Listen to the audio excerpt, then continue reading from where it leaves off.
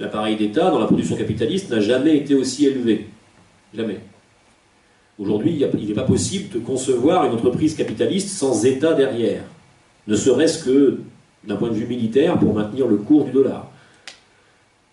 Mais les subventions, ou même l'ensemble. Moi, je travaille à l'université et dans les formations continues.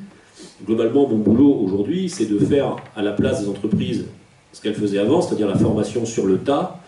Aujourd'hui, je dois fournir aux entreprises capitalistes des travailleurs aptes au travail au mois de septembre 2025. Donc elles s'économisent tout ça. Bref, l'appareil d'État n'a jamais été aussi présent.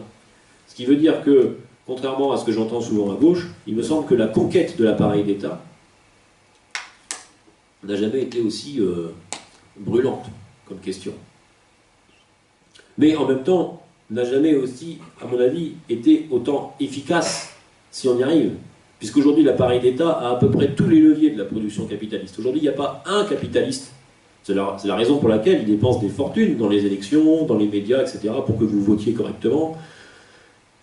Si l'appareil d'État n'était pas si important, aujourd'hui, le capitalisme américain aujourd'hui n'existe pas sans l'appareil d'État américain. Dans sa forme impérialiste, bien sûr, mais y compris sous sa forme nationale. Ça n'existe pas, le capitalisme américain, sans l'appareil d'État.